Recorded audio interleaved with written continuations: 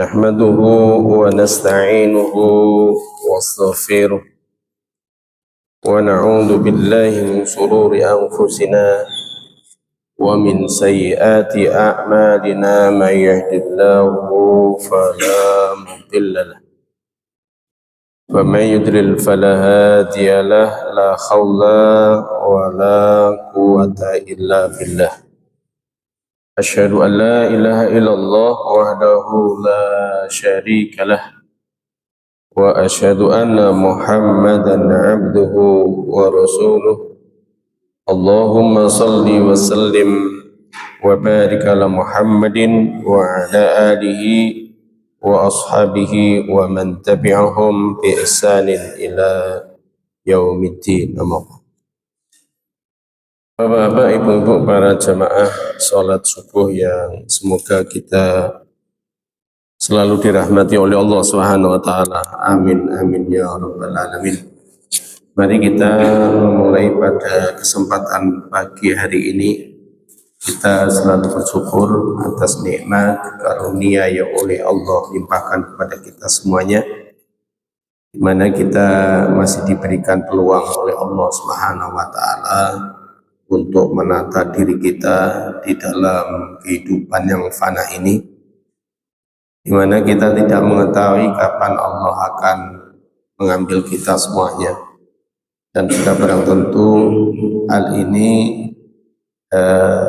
mau ataupun tidak mau kita pun akan pergi.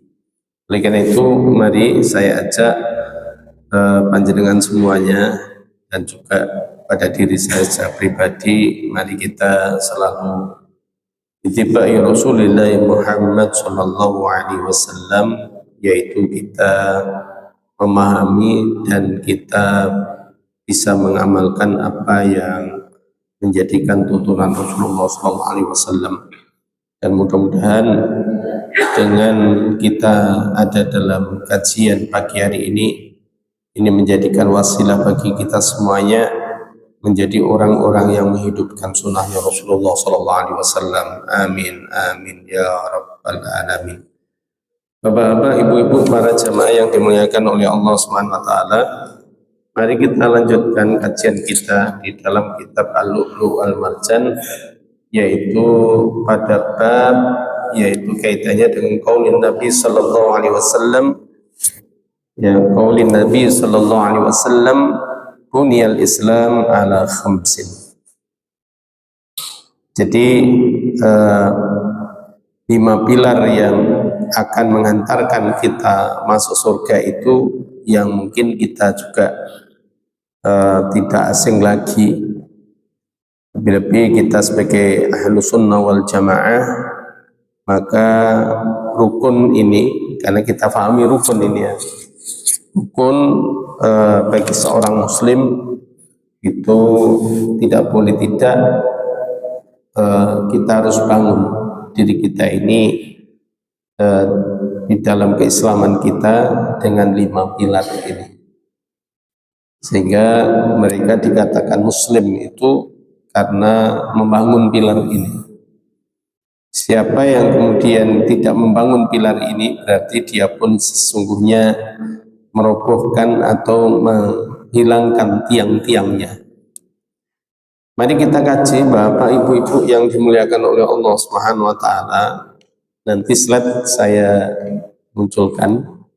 Tapi nanti kalau ingin memang di situ ada ada terjemahannya, saya nanti munculkan pula. Karena kemarin berpikir jamaah bisa melihat apa yang ada di kitab itu, sehingga bisa membacanya, artinya bisa melihat mana-mana yang itu dikaji oleh kita semuanya ini pada pagi hari ini. Bapak-bapak, ibu-ibu yang dimuliakan oleh Allah Subhanahu wa taala, kita mulai saja. Bismillahirrahmanirrahim. Sambil berproses ini. Bismillahirrahmanirrahim. Babu qauli ta'ala qauli Rasulillah sallallahu alaihi wasallam, Ya, bab kaitannya dengan sabdanya Nabi Shallallahu Alaihi Wasallam, yaitu buniyal Islamu ala khamsin. Dibangunnya Islam itu atas 5 perkara. Ya, jadi Islam ini dibangun itu atas 5 perkara. Sehingga siapapun yang ada di dalamnya, kalau itu orang, maka ada masdar mimnya tadi, muslim. Ya, maka dia termasuk orang-orang yang berserah diri kepada Allah Subhanahu wa taala. Maknanya muslim, berserah diri kepada Allah itu ya tunduk dan patuh kepada Allah. Ya, tunduk dan patuh kepada Allah. Saya baca secara keseluruhan dulu. Kalau Rasulullah Sallallahu Alaihi Wasallam, ya, maka di sini Rasulullah SAW di dalam hadisnya, hadis Ibnu Umar radhiyallahu anhu. Hadis dari Umar Ibnu Umar radhiyallahu anhu. Qala buniyal Islamu ala khamsin. Buniyal Islamu ala khamsin. Dibangunnya Islam itu atas 5 perkara. Ya, atas 5 perkara. Jadi hadis ini Bapak Ibu-ibu, ini dari hadis dari Ibnu Umar, di mana Rasulullah Shallallahu Alaihi Wasallam itu pernah bersabda, "Qala buniyal Islamu ala khamsin."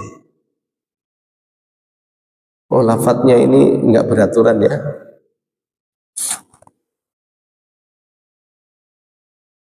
Nah, enggak beraturan, tapi enggak apalah. Buniyal Islamu ala khamsin. Ya. Dibangunnya Islam itu atas 5 persoalan. Ya. Yang mungkin kita kenal dengan rukun. Mungkin kita kita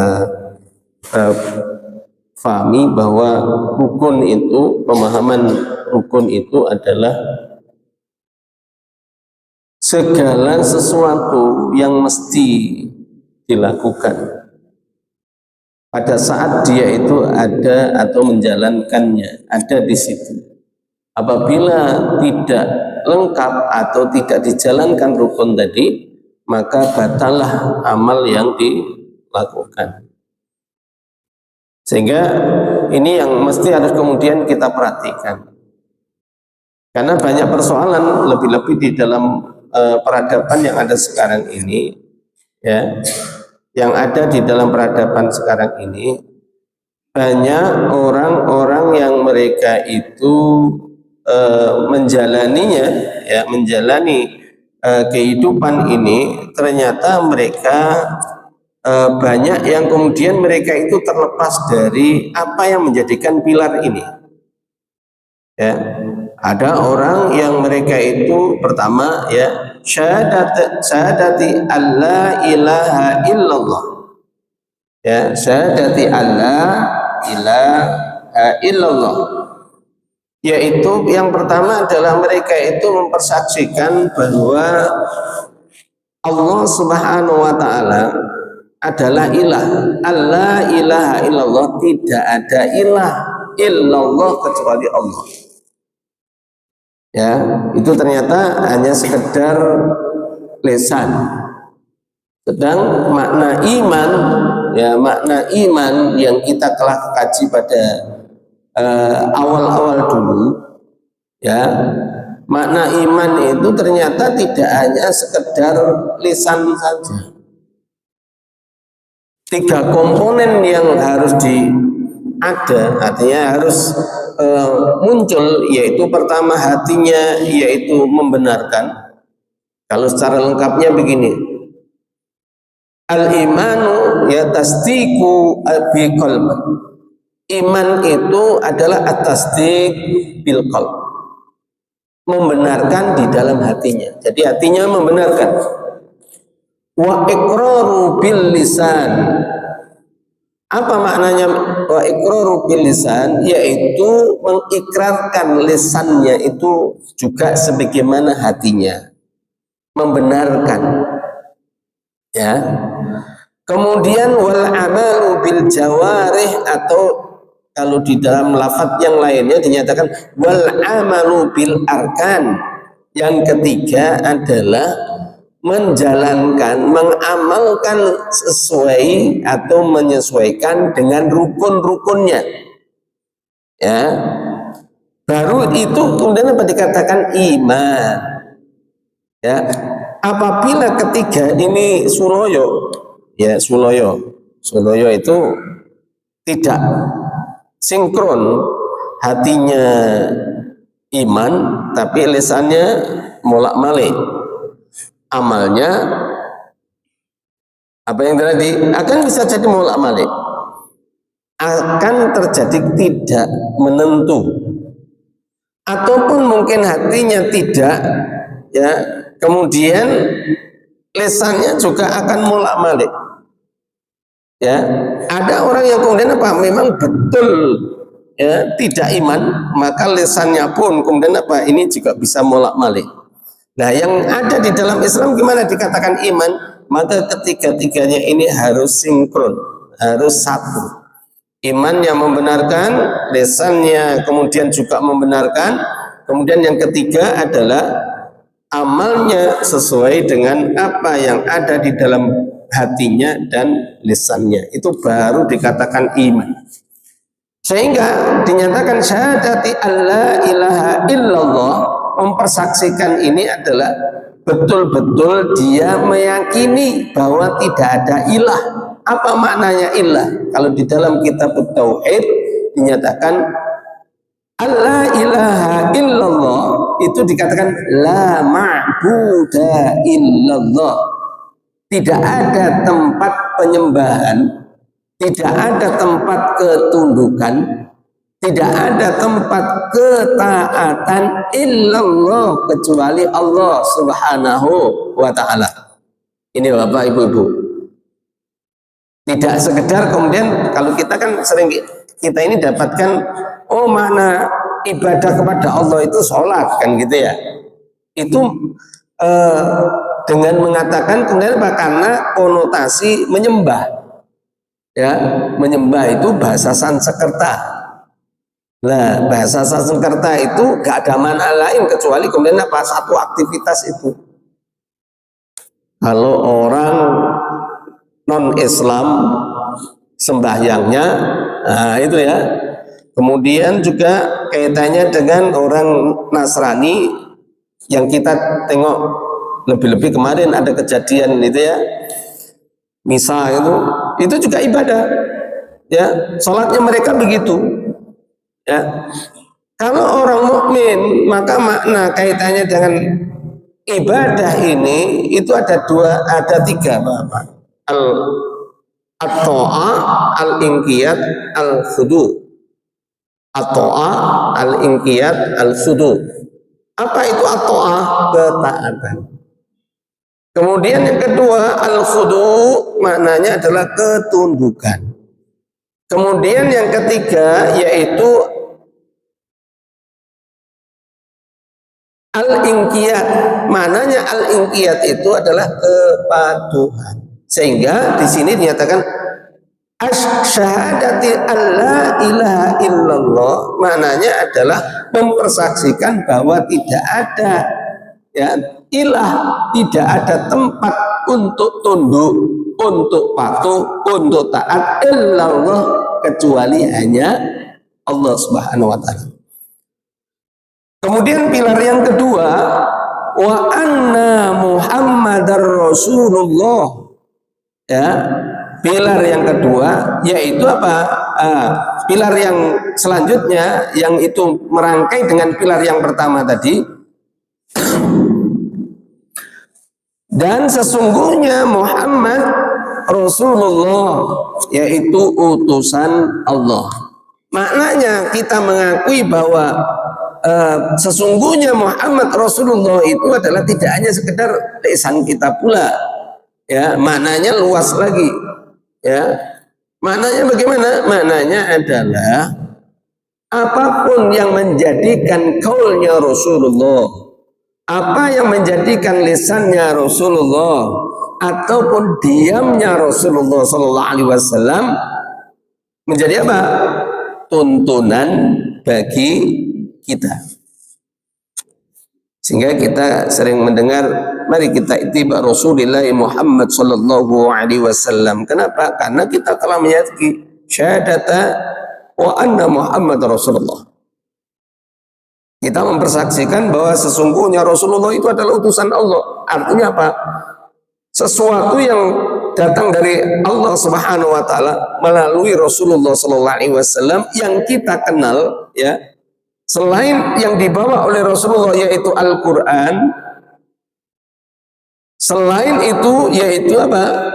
Hadisnya Rasulullah sallallahu alaihi wasallam yang kita kenal dengan sunnah Rasulullah sallallahu alaihi wasallam. Apa itu sunnah? Ya. Ini juga ada sebuah degradasi pemaknaan. Ada yang orang mengatakan, sunnah itu perbuatan yang apa?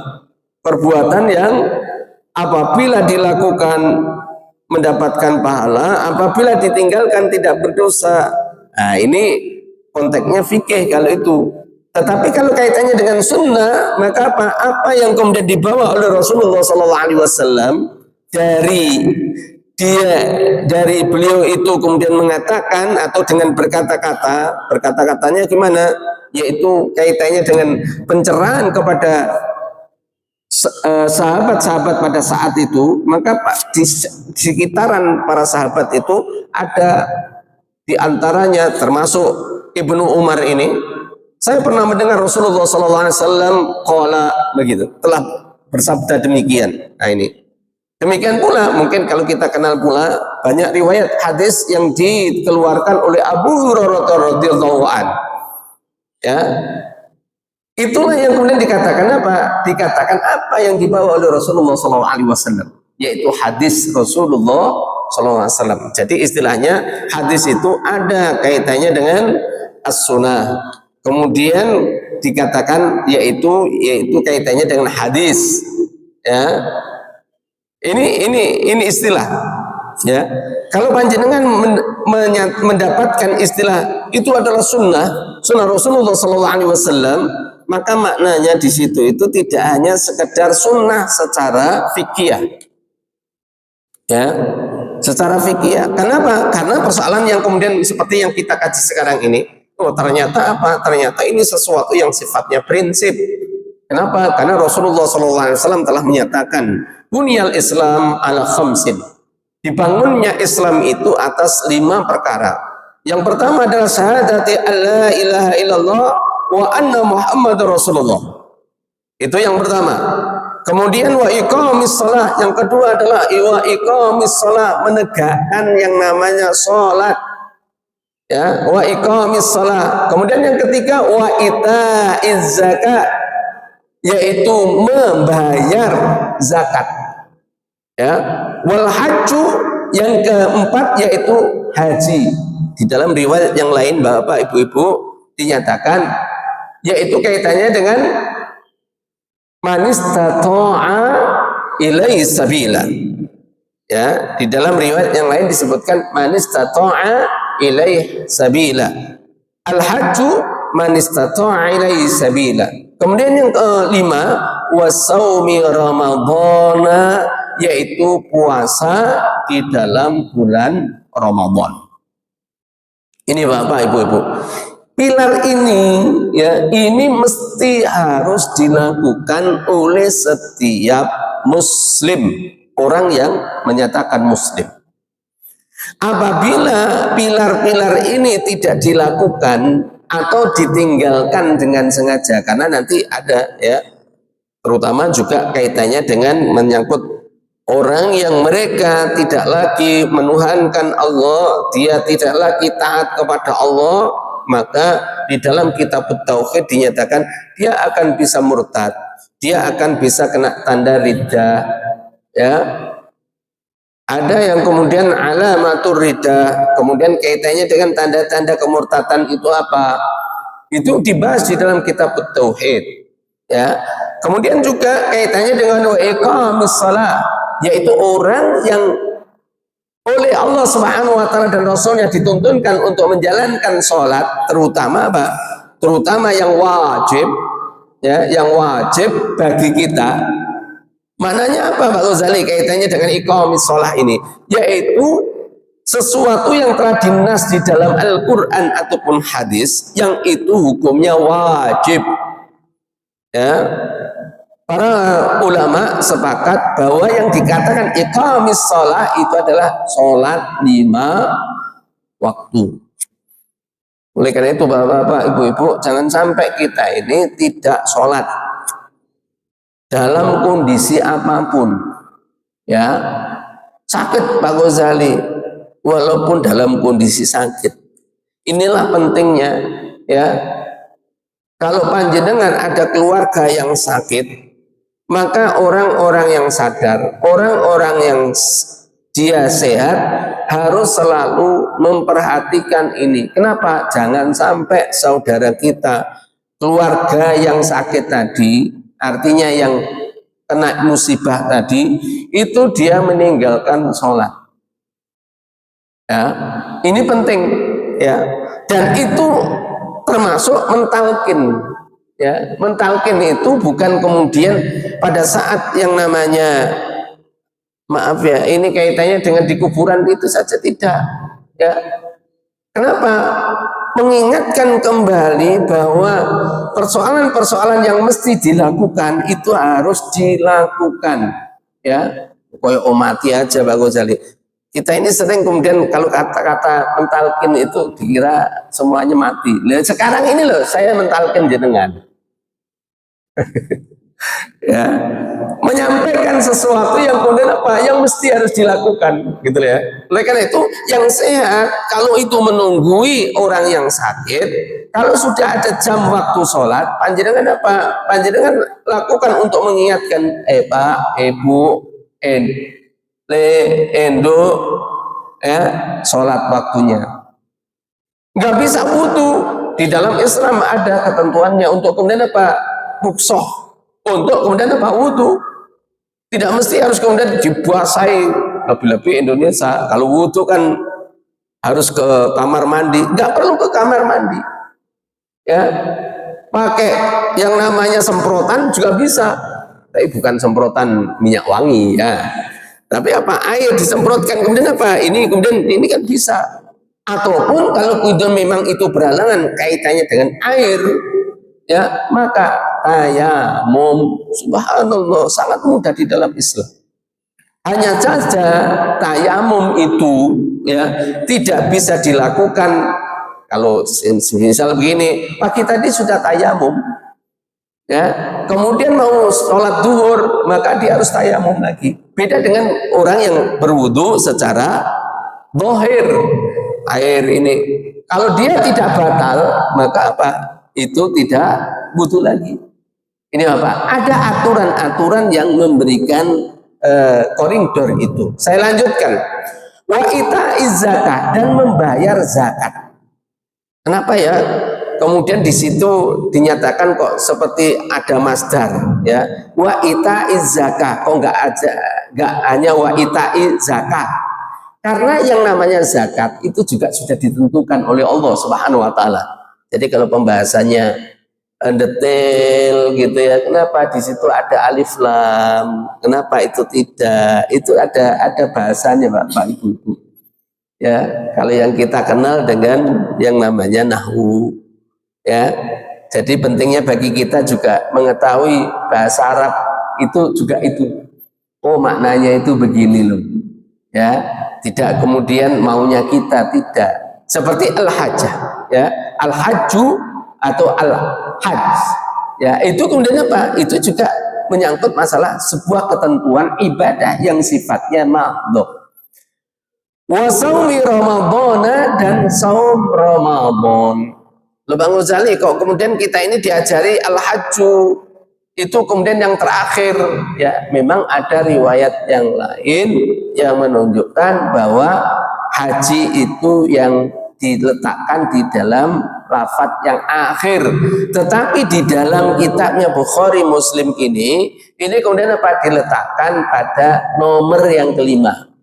Nah ini ya, jadi jangan begini, nanti logikanya, kalau begitu, kalau belum bisa haji nggak puasa kalau gitu, nggak begitu. Ataupun sadar sudah, ya. Pada akhirnya gimana? Wa iqamis shalah, sudah mendirikan sholat apa? Belum. Berarti bayar zakat ya belum. Nggak bisa dimaknai begitu. Semua pilar yang harus dibangun ini itu harus ada pada diri kita masing-masing selama kita ini hidup. Ya. Kenapa di dalam riwayat yang lain kaitannya dengan haji ini ada lanjutannya manis tato'a ilaihi sabila, karena ada sesuatu yang kemudian harus ada pembiayaan ke sana, harus ada keamanan ke sana dan lain sebagainya. Para ulama salafus soleh menyatakan bahwa yang namanya manis tato'a ilaihi sabila itu, bapak-bapak, ibu-ibu, itu tidak hanya punya uang, ya, tidak hanya punya kebendaan saja, tetapi apa? Kemampuan. Ya, kemampuan itu dirinya, tubuhnya, aktivitas menuju ke sananya, itu kemudian apa? Ini faktor-faktor yang kemudian menentukan. Hanya saja perlu kemudian kita ketahui bersama Bapak, Ibu-ibu, supaya runtut, ya. Apa yang kemudian menjadikan persaksian kita kepada Allah Subhanahu wa Ta'ala dan Rasulnya ini menjadikan sebuah pilar yang sangat fundamental, sesuatu yang kemudian bisa ditegakkannya iqamis shalah wa itaiz zakah, kemudian wal haji wa saumi ramadhana, semuanya harus ikut kepada Allah Subhanahu wa Ta'ala dan Rasulnya. Kenapa Pak Ghazali? Karena ibadah-ibadah ini adalah sudah ditentukan oleh Allah Subhanahu wa Ta'ala dan Rasulnya. Saya contohkan, kenapa kita ini sholat 5 waktu yang harus kita tegakkan? Karena Allah Subhanahu wa Ta'ala memerintahkan kepada kita semuanya. Ya, banyak lafaz di dalam Al-Quran, terutama juga di dalam surat Al-Baqarah itu, tidak lepas dari kemudian apa? Kalau sudah ya ayyuhalladzina amanu, ya, kaitannya dengan persoalan ini, maka kemudian apa? Tidak lepas dari yuqimunas shalah wa yu'tunaz zakah. Ya, termasuk apa? Ciri-ciri orang yang beriman. Kenapa? Karena persoalannya ini adalah apa yang dia jalankan sholat itu sesuai dengan tuntunan. Nah, kalau di dalam fikih dinyatakan bahwa ini merupakan sholat yang namanya kemudian sholat apa? Ibadah mahdhah. Kalau ibadah mahdhah itu kapan dilakukan, jumlahnya berapa, ya, kemudian itu kapan lagi dilakukan lagi, seperti contohnya subuh, duhur, asar, maghrib, isya, itu waktunya telah ditentukan, nggak boleh kita sendiri yang menentukan, ya, nggak boleh Pak Ghazali, nggak boleh. Bagaimana kalau seandainya saya yang penting kan niat itu Pak Ghazali, nggak boleh. Kenapa? Karena untuk menegakkan pilar ini oleh Allah Subhanahu wa Ta'ala sudah dituntunkan. Oh ini loh, pilar ini dijalankan, ini ada kaifiyahnya, ya, ada kaifiyahnya. Apa tuh kaifiyah itu? Tata caranya, dan tata caranya itu sifatnya tauqifiyah, sudah ditentukan oleh Allah Subhanahu wa Ta'ala. Waktu subuh Allah memberikan tanda apa? Terbitnya fajar. Halo, terbitnya fajar. Apa terbitnya fajar itu? Apa?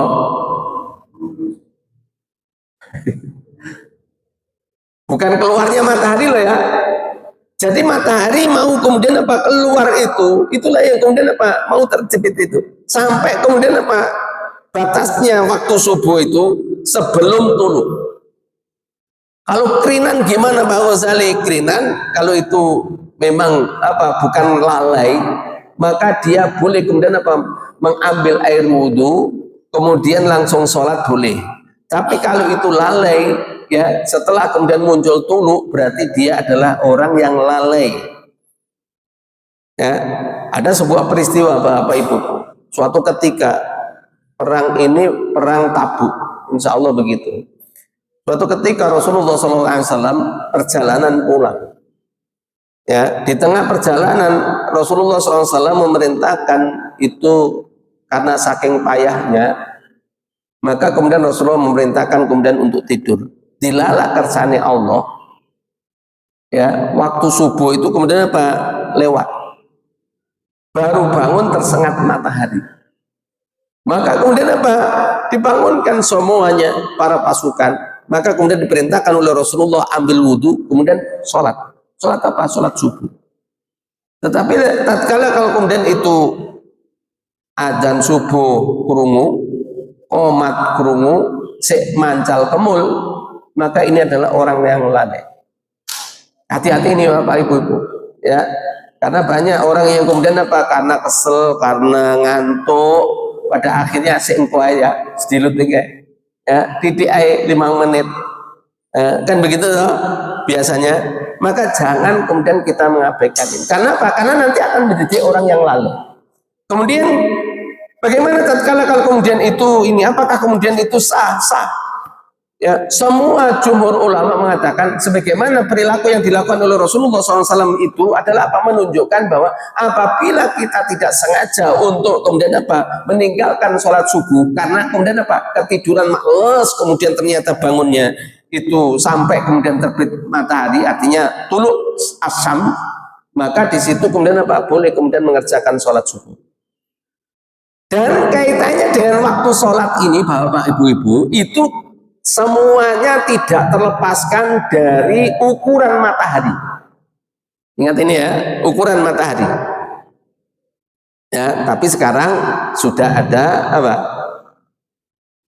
Sudah ada mana ini running tag-nya. Nah, itu ya. Sudah ada. Nanti kalau sudah mau tulu nanti bunyi. Ya. Jadi kalau panjenengan itu di situ memang di formatnya tulu, maka jenengan dilarang untuk sholat. Karena waktu-waktu yang dilarang untuk sholat, baik itu sholat sunnah sekalipun, maka waktu tulu itu dilarang. Setelah kemudian menunggu sebentar, setelah kemudian tulu selesai, maka boleh kali panjenengan semuanya untuk kemudian sholat sunnah. Ini Bapak Ibu. Saya lanjutkan. Demikian pula duhur, demikian pula asar, demikian pula maghrib, demikian pula isya. Mari kemudian kita tengok, lek panjenengan, lek wong desa ya dulu itu setiap masjid ono tugune yang untuk melihat waktu sholat. Pernah lihat nggak ini? Lek wong sekarang nggak ono, lek wong desa ono. Ya, biasanya masjid-masjid jamek begitu, di situ kemudian ada tanda ya, itu kemudian di atasnya itu kemudian ada besi. Dan di situ kemudian kalau itu dedek ya, besinya dedek, maka waktu duhur. Kalau kemudian itu sudah sama antara bayangan dengan besinya, maka itu masuk waktu asyar. Kalau kemudian itu sudah mungslep yang namanya hurufus syams, yaitu masuknya matahari, maka masuklah yang namanya waktu maghrib. Ya, setelah kemudian hilang yang namanya merah-merah, kemerah-merahan yang ada di barat sana, ya, maka itu masuklah waktu isya. Ini Bapak Ibu. Itu adalah ketentuan yang telah diberikan oleh Allah Subhanahu wa Ta'ala. Demikian pula ini kaitannya dengan sholat. Demikian pula wa ita'iz zakah, itu juga ada kaifiahnya. Ya, pilar wa ita'iz zakah ini ada pilar, ada kemudian ketentuannya. Apa itu? Kaitannya dengan haul, dengan nisab. Dan ini hukumnya wajib bagi setiap muslim. Mari kita berhati-hati, jangan sampai kemudian kita ini memiliki kekayaan tapi kita nggak pernah zakat. Nah, di dalam fikih itu zakat itu ada dua, zakat mal dengan zakat fitrah. Zakat fitrah juga ada ketentuannya, zakat mal juga ada ketentuannya, dan kedua-duanya ini wajib hukumnya dilakukan bagi yang mereka mendapatkan ketentuannya. Kalau orang yang kemudian mereka itu zakat fitrah, pada malam hari raya dia memiliki kelebihan harta, makanan, terutama makanan itu. Kemudian kalau kaitannya dengan zakat mal, maka ada haul dan nisab. Hitungannya 1 tahun dan hitungannya telah ditentukan oleh Rasulullah SAW, yaitu sebagaimana apa yang kemudian disebutkan oleh Rasulullah, ukurannya adalah emas. Jadi harta kita ini, Bapak Ibu-ibu, kalau ukurannya sudah 88 gram, hampir 1 kilo, betul ya? 1 on 88 gram on ya. Maka apa? Maka itu kemudian itu harus ada zakatnya. Ya. Nah, ini kemudian ditentukan. Tapi itu masanya 1 tahun. Kalau enggak 1 tahun, wis hilang, wis dadi duit meneh, nggih mangan, enggak perlu zakat. Enak toh? Enak. Demikian pula kaitannya dengan zakat harta yang lainnya.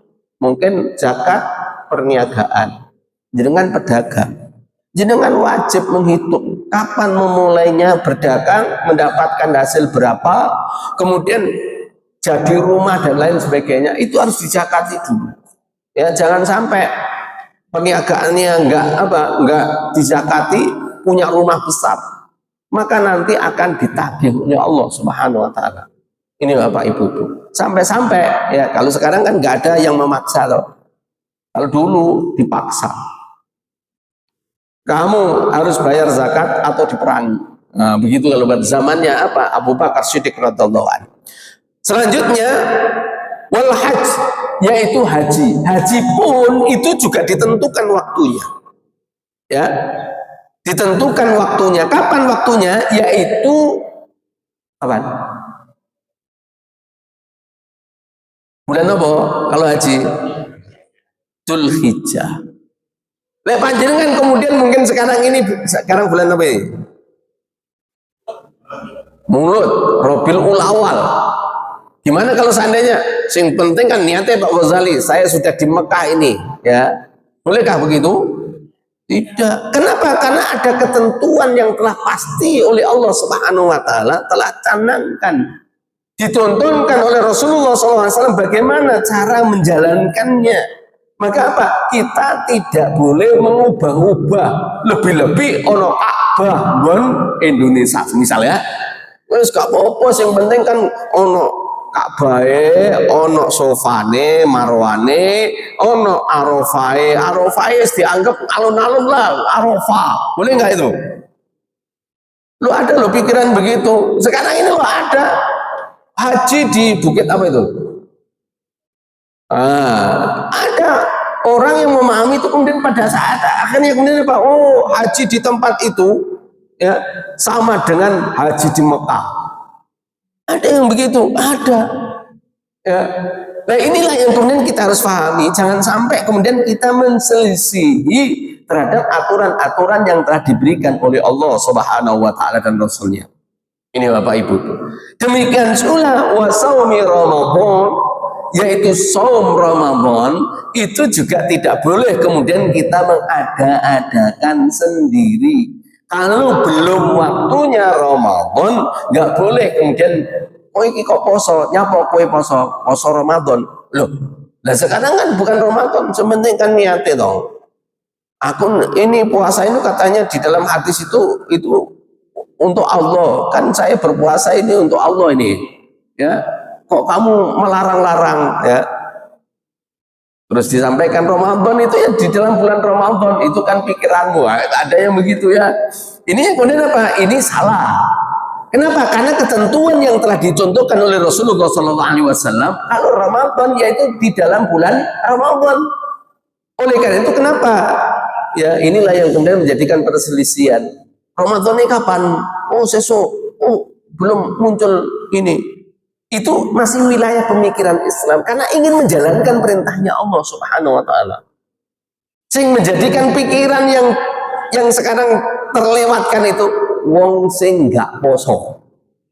Halo, boleh itu? Nggak tersentuh itu, ya. Malah sekarang malah demonstrasi, ya. Warung-warung buka, malah kemudian ngelepus yang gini, terus ngerti lah kemudian bulan puasa di sekitarnya orang puasa saya ngelepus.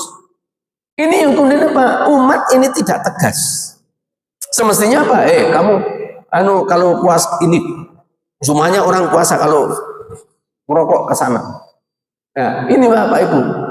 Tetapi sesuatu yang sifatnya zahir yang kemudian kita dapati, bagaimana kalau seseorang itu, mereka itu kaitannya dengan sholat tidak melakukan, kemudian zakat juga tidak melakukan, kemudian yang namanya saum Ramadan juga tidak melakukan, kemudian dia haji pun lebih-lebih.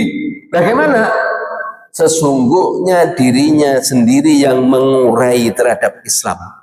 Apa maknanya mengurai? Kali ini bahasanya hadis Rasulullah itu membangun, berarti dia membongkar bangunan itu, bangunan Islam. Terus gimana Pak Ghazali? Ayo kita bangun, ya bangunan Islam itu tidak bisa tegak kecuali kemudian apa? Dengan 5 persoalan tadi. Kalau kita ini adalah orang yang kemudian masih menyatakan diri Muslim, maka kita harus betul-betul tunduk dan patuh kepada Allah dan Rasulnya. Kemudian yang kedua, kita ini harus kemudian apa? Harus kemudian menjalankan sholat 5 waktu, tidak boleh jeda. Walaupun sakit Pak Ghazali, walaupun sakit. Kemudian yang ketiga, kalau kita ini ada harta yang kemudian kita mesti harus zakati, maka kita harus kemudian keluarkan. Loh nanti kurang. Nah ini nanti ada bahasan. Sesungguhnya kita menzakati harta yang kita miliki itu, sesungguhnya apa yang kita berikan tadi itu sesungguhnya harta yang kita akan bawa dalam kematian kita. Ya, halo. Ya, jangan sampai kemudian kita eman-eman. Ya, demikian pula infak, sodakoh, wakaf itu semuanya harta yang sesungguhnya yang panjenengan akan bawa nanti di akhirat. Dengan mati, ya harta yang sekarang masih sifatnya zahir tidak akan masuk kuburan. Mobil yang bagus tidak akan masuk kuburan. Tanah yang luas tidak akan masuk kuburan kecuali kalau itu diwakafkan, kalau itu diinfakkan, disodakokan, baru kemudian apa? Itu akan masuk ke kuburan. Artinya apa? Dibawa oleh si mayit. Demikian pula kaitannya dengan haji Bapak Ibu. Demikian pula dengan saum Ramadan. Wallahu a'lam bishawab. Mungkin ada yang tanyakan, silakan. Ya. Waalaikumsalam. Ustaz, 5 pilar dalam Islam yang Ustaz makin berpikir. Sepertinya pemerintah dan masyarakat Muslim sudah semakin cuek terhadap umat. Akhirnya rakyat terasa dalam menegakkan 5 pilar ini tidak ada hubungan dengan pemerintah. Seperti misalnya semakin maraknya tradisi bandengan yang sudah jelas melenceng dari akidah. Terus upacara keagamaan Nasrani yang ada pembacaan di sekitar Injil yang dilakukan kemarin yang juga dihadiri oleh pejabat kasus penggelapan kursi haji yang kasus pejabat lainnya yang berstatement bahwa agama adalah penghalang atau masalah dalam penerapan Pancasila. Menurut Ustadz, kiat-kiat apa saja yang harus kami lakukan untuk menjaga pilar-pilar tadi? Dan barometer apa saja yang kita harus tahu dari para calon pemerintah dalam kita memilih petugas pemerintahan, hukum ini akan memasuki masa pemilihan wali kota. Wah, bahasanya ini luas nih. Begini Bapak, Ibu-ibu. Jadi memang fenomena yang terjadi sekarang, ya, memang kita harus sadar bahwa pemerintahan yang kita hidup ini bukan untuk menegakkan Islam, ya. Itu kita harus sadar, ya. Dan kita inilah pentingnya bagi kita, ya, menyangkut masalah ulil amri, ya. Kenapa di dalam Al-Quran kita ini melihat, ya, di dalam surat An-Nisa itu dinyatakan ya ayyuhalladzina amanu atiiullah wa atiiur rasul wa ulil amri minkum.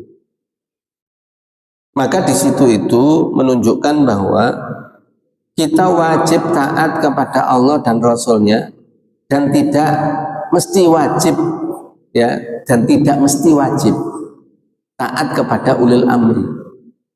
Karena minkum di situ, kalau kita tahu bahasa Arab, ya, i'rabnya itu kembali kepada atiullah wa atiur rasul, ya.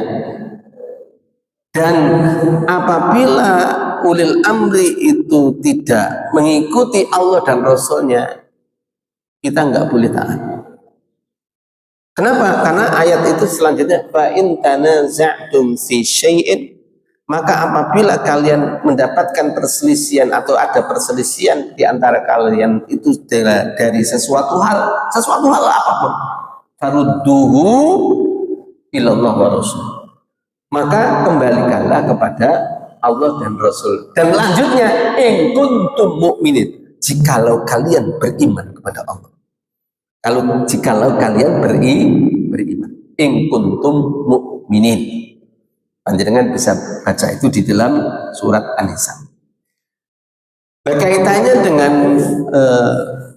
penegaan tadi, Bapak Ibu, memang kita ini sebagaimana hadisnya Rasulullah SAW dulu dinyatakan begini, bada al-islamu ghoriban wa sayaudu ghoriban kama bada. Islam itu awal-awal mula-mula itu ada dalam kondisi terasing, wa sayaudu ghoriban, dan nanti akan kembali dalam keterasingan. Tapi Rasulullah mengatakan fatuba lil ghuraba, maka berbahagialah kalian kalau dikatakan ghuraba. Kenapa? Karena disitulah orang-orang yang kemudian apa? Menghidupkan sunnahku tatkala mereka mematikan sunnahku. Kan begitu. Sekarang ini sunnah dimatikan. Lebih-lebih ngomongnya, oh didik ceramah. Yang pada akhirnya aturan yang ada di sekarang ini, ya, seperti kejadian-kejadian yang kemarin, ya, di Istiqlal, ya, nyanyi-nyanyi, kemudian pakai sinterklas, ya, itu gimana? Masalah. Kenapa? Karena itu menunjukkan bahwa dirinya mereka tidak mengetahui apa kefungsian di situ. Rumahnya Allah untuk kemudian seperti itu, nggak mungkin lah. Ya. Terus apa-apa yang kemudian mesti harus kita lakukan kalau dalam kondisi yang sekarang ini? Maka tegakkanlah iman itu pada diri panjenengan semuanya. Ya. Tegakkan iman itu pada diri panjenengan sebagaimana hadisnya Hudzaifah. Hadisnya Hudzaifah itu begini. Ya. Suatu ketika Hudzaifah itu menanyakan, tidak sama dengan pertanyaan para sahabat, karena para sahabat bertanya tentang masalah kebaikan saja, tetapi Hudzaifah bertanya tentang kejelekan. Ya Rasulullah, kita dulu itu dalam kondisi jahiliyah, dan kemudian datang Islam kepada kita itu dalam kebaikan. Apakah kemudian setelah kebaikan ini akan datang kejelekan ya Rasulullah? Benar. Dijawab oleh Rasulullah, benar. Apakah setelah kemudian nanti datangnya kejelekan itu nanti akan muncul kebaikan? Iya, tetapi kebaikan itu nanti akan ada kabutnya, ya, ada dukhonnya. Ya, kemudian ditanya oleh Hudzaifah, ya Rasulullah, kabut apa itu? Mereka mencari petunjuk, tetapi bukan dari petunjukku. Berarti apa? Banyak orang mencari petunjuk, Tetapi apa? Petunjuknya Rasulullah malah diletakkan, dia malah mencari yang lain. Sudah kejadian nggak ini? Sudah. Sekarang ini apa? Sudah kejadian, dan itulah fitnah akhir zaman yang ada sekarang ini. Kemudian tanya lagi Hudzaifah, karena apa? Karena pada dirinya khawatir kalau itu mengenai pada saat itu. Maka ditanya oleh Hudzaifah kepada Rasulullah, ya Rasulullah, setelah kebaikan itu apakah nanti akan datang kejelekan? Maka Rasulullah mengatakan, iya, nanti akan datang du'atun min abwabi jahannam, yaitu para dai-dai, tetapi dia kemudian apa? Menyerukan kepada pintu-pintu jahannam. Ya, jadi nanti ada penyeru, ya, apa? Ya, dai mubalik, tetapi dia menyerunya bukan untuk ke surganya Allah, tetapi ke pintu jahannam. Pintu jahannam itu tempatnya siapa? Orang kafir, orang musyrik, orang munafik, ya, pintu jahannam. Karena takutnya Hudzaifah, kemudian Hudzaifah menanyakan, ya Rasulullah, sifhum, ya Rasulullah, sifati mereka, saya khawatir kemudian akan mengenai diri kita. Maka kemudian Rasulullah mengatakan, mereka itu kulitnya sama dengan kulit kalian, ya, dan lisannya sama dengan lisan kalian. Artinya apa? Juga berdalil. Apa yang engkau perintahkan ya Rasulullah kalau kemudian saya menemui itu? Maka katanya Rasulullah, bergabunglah kalian itu ke jamaatul muslimin dan imamahum. Bergabunglah kalian kepada kumpulan kaum muslimin dan imamnya. Ditanya lagi oleh Hudzaifah, ya Rasulullah, kalau seandainya tidak ada imam dan kemudian kaum muslimin, jamaatul muslimin gimana? Maka gigitlah akar pohon sampai kemudian apa? Dengan gigi geraham kalian, dan kalian mati dalam kondisi yang demikian itu. Apa kemudian bahwa jumu akar pohon itu kita gigit terus? Bukan itu maknanya. Tetapi apa? Maknanya adalah mari kemudian kita ini betul-betul pegang teguh dengan keimanan kita kepada Allah Subhanahu wa taala. Dengan sedemikian rupa banyak aturan-aturan tadi yang kemudian ditinggalkan itu, harus ya. Itu kemudian apa? Itu mari kemudian kita tegakkan. Kenapa? Karena untuk menegakkan pada masa-masa yang sulit ini, bapak-bapak, ibu-ibu, itu tidak gampang. Jadi kenapa Rasulullah nanti akan memberikan keistimewaan kepada orang yang menghidupkan sunnahnya Rasulullah, kemudian meminum telaganya Rasulullah Shallallahu Alaihi Wasallam? Karena apa? Pada masa sulit-sulit yang mungkin seperti sekarang ini, itu tidak banyak orang yang terpanggil ke sana. Dia kemudian apa? Banyak kemudian terkesipu dengan fenomena-fenomena yang terjadi sekarang ini. Dengan mengatakan maaf ini, oh kita ini harus tunduk kepada ulil amri. Sedang ulil amrinya itu ya tidak mendukung kepada Islam. Ya. Apalagi tadi Pak?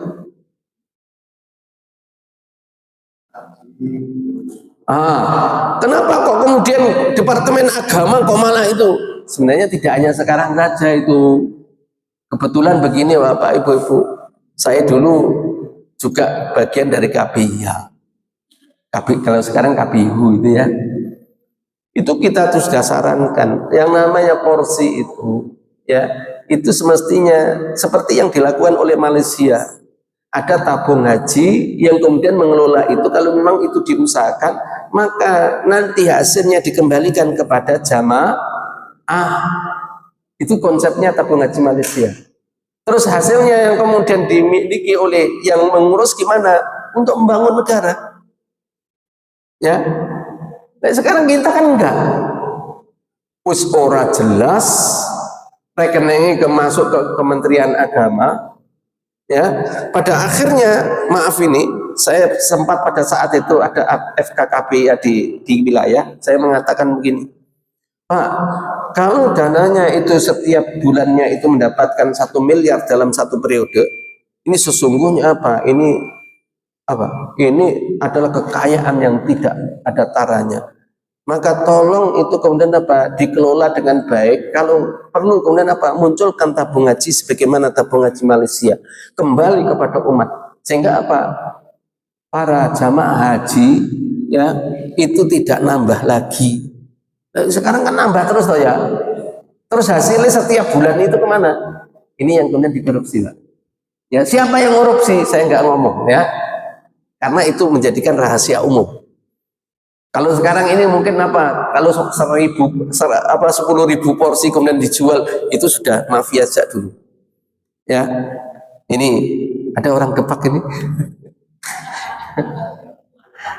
Mantan, kalau mantan mesti kemudian mengetahui itu. Ya, lo betul ini. Ya, ngeri Pak, ngeri. Orang yang tahu agama tapi dia merumpuhkan agama. Oleh karena itu apa? Ayo kita kemudian apa? Takut kepada Allah. Ya, takut itu. Jangan sampai kemudian kita ini apa? Kita ini berfoya-foya di atas apa? Adabnya Allah nanti. Ya, ini saudara. Terus lagi apa? Tipnya gimana gitu ya? Tipnya sudah pertama tadi ya. Gimana? Tip pemilih pemerintah. Begini Bapak Ibu-ibu. Ini memang juga agak repot ini. Repotnya apa? Nggak ada yang kriterianya bisa dipilih. Karena di dalam Islam itu Bapak Ibu, kepemimpinan itu sesuatu yang ditakuti. Amanah karena sangat berat. Kalau orang sekarang kan kebalikan. Ya, kedudukan malah dicari, perlu kemudian apa? Nyogok kan gitu ya. Ini di dalam Islam nggak ada ini. Menang saja diberikan amanah, nangis. Lisan yang kemudian ada pada dirinya orang beriman ini bukan alhamdulillah sujud syukur enggak, tapi apa? Inna lillahi wa inna ilaihi rajiun. Kalau sekarang enggak begitu pikirannya. Pokoknya aku mengeluarkan sekian miliar, aku jadi pejabat harus kembali sekian miliar, kan gitu loh. Dari hasil utang. Dulu ada itu pilihan bupati di Ponorogo, utang ke bank, ya sekian miliar begitu. Pada akhirnya enggak jadi, wongnya gendeng. Oleh karena itu Bapak Ibu-ibu, ya, kalau bahasanya dari Imam Syafi'i, ya, memang kita ini harus mengambil mudorotnya yang paling kecil, ya, paling kecil. Ternyata mudorot kabeh Pak Ghazali, terserah jenengan.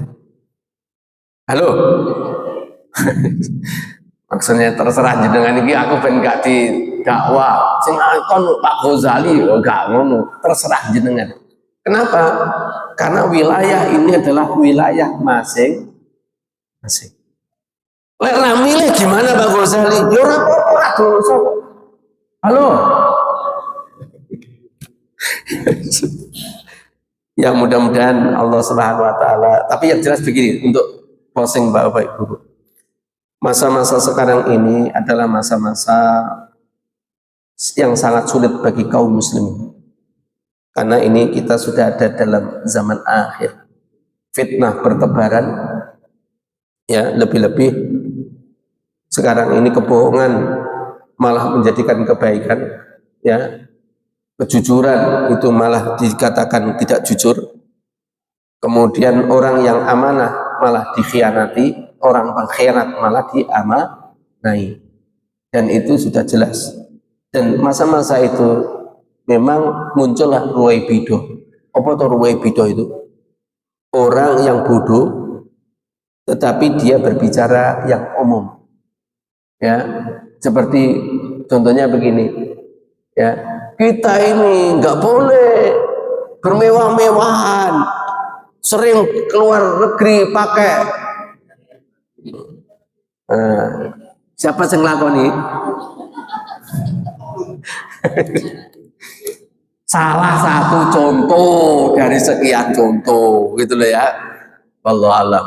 Dia akan menanggung apa yang dia ucapkan dan apa yang dia perbuatkan. Tetapi mari kita sadari bahwa diri kita juga nanti akan mempertanggungjawabkan terhadap apa yang kita perbuat. Oleh karena itu, sebagaimana apa yang saya sampaikan tadi, gigitlah akar pohon, gigitlah keimanan kita ini dengan gigi geraham kita sampai kematian datang kepada kita semuanya. Tetap istiqomah ada dalam dinul Islam, fa insyaallah kita semuanya husnul khatimah. Amin amin ya rabbal alamin. Itu saja yang bisa sampaikan, kurang lebihnya minta maaf. Kita akhiri dengan doa kafaratul majlis. Subhanakallahumma wa bihamdika asyhadu an la ilaha illa anta astaghfiruka wa atubu ilaik. Assalamualaikum warahmatullahi wabarakatuh.